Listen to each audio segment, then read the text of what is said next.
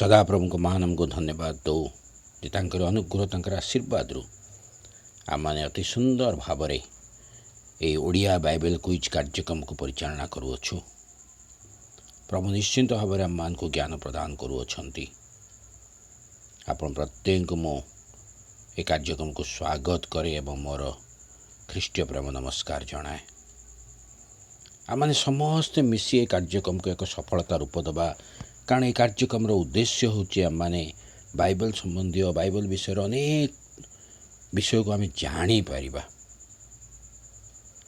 आम प्रश्न उत्तर माध्यम जानी परिबा अनेक विषय विशेष रे आम मानकर उद्देश्य होची सान सान पिला माने एथरे अंशी होंतु, कारण पिला माने वर्तमान अधिक अधिक समय मोबाइल रे बिताउछंती एवं एही मोबाइल द्वारा ही आम प्रभु को ज्ञान मध्य लाभ करि परिबा ए कार्यक्रम द्वारा।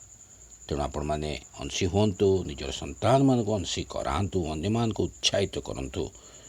प्रथमे आपण मैंने यही चैनल टी को सब्सक्राइब कर नियंतु, बेल आइकन को चिपी दियंतु, जहाँ सहजरे प्रश्न गुड़िक आपण पाखरे पहुँची पारिबो। आपण मैंने अन्य मान को शेयर करी उत्साहित करंतु, निश्चिंत भाव में करंतु। जदि कार्यक्रम आपण मान को भल लगुची तेबे आम मान को मध्य लाइक करी आपण माने उत्साहित करंतु, आम मान को मध्य प्रार्थना करू थांतु। आम माने अति सुंदर कार्यक्रम पाउछु जहाँ प्रभु को अनुग्रह आशीर्वाद।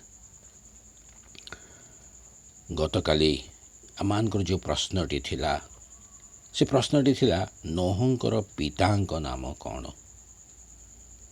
तार सठिक उत्तर होची लेमक। लेमक आदि पुस्तक 5 पर्व 28 पदरे आपण माने ताहा पाई पारिबे। आजिर प्रश्न होची लाबनर कनिष्ठा कन्यार नाम कौन। लाबनर कनिष्ठा कन्यार नाम कौन। आपण माने आपण मान को उत्तर ए वीडियो कमेंट बॉक्स रे जाई अमान को जणांतु। प्रभु निश्चिंत भाव में अमान को सहित रहिबे एवं कार्य करेंगे। सान सान पिला मान को अनुरोध करे जो मैंने अंशी होती से माने प्रश्न उत्तर गुड़िक लेखि रखंतु, जहाद्वारा भविष्य में यह से निमंते सुनिश्चित कर्म रे आसीबो। धन्यवाद जनाए आपण मान को एथि अंशी हेथिबारु।